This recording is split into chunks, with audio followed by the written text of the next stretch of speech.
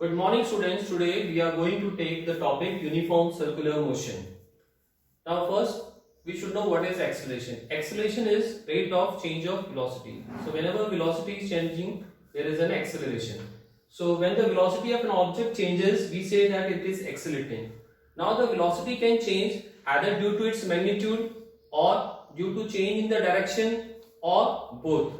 So the change in the velocity could be due to change in its magnitude or direction of the motion or both.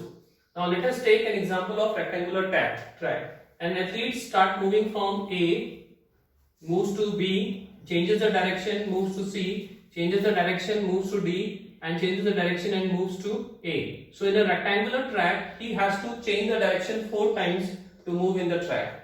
Now if we increase the number of sides to 6, that is the hexagonal track, in this case also the athlete has to change the direction from A to B, and then he will change the direction, and here also he will change the direction, D to E change the direction.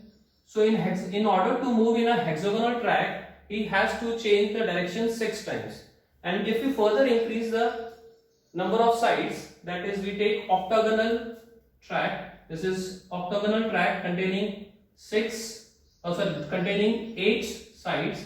So at octagon he has to change the direction. You can see he has to change the direction how many times?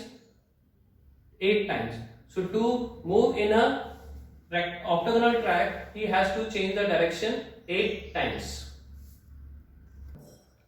Now if we are going to increase the number of sides indefinitely, that means from octagonal track, if we increase the number of sides, in that case the track will approach the shape of a circle.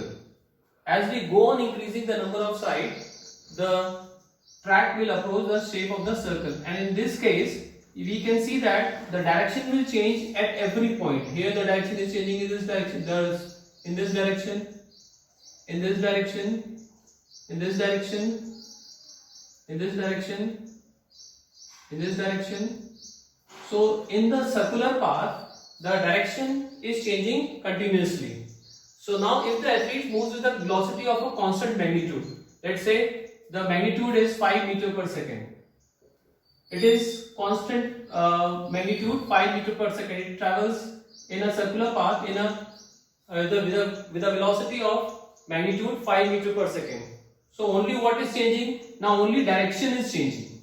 So if the athlete moves with the velocity of a constant magnitude along the circular track, the only change is due to change in the direction of motion. Therefore, motion of the athlete is an example of accelerated motion. Can we think about any other accelerated motion example? We can take the example of a satellite revolving around the earth. That is also the case of accelerated motion.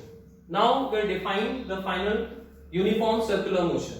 When the object moves in a circular path, let's say this athlete is moving in a circular path with uniform speed, that is 5 meter per second we have taken, its motion will be known as uniform circular motion.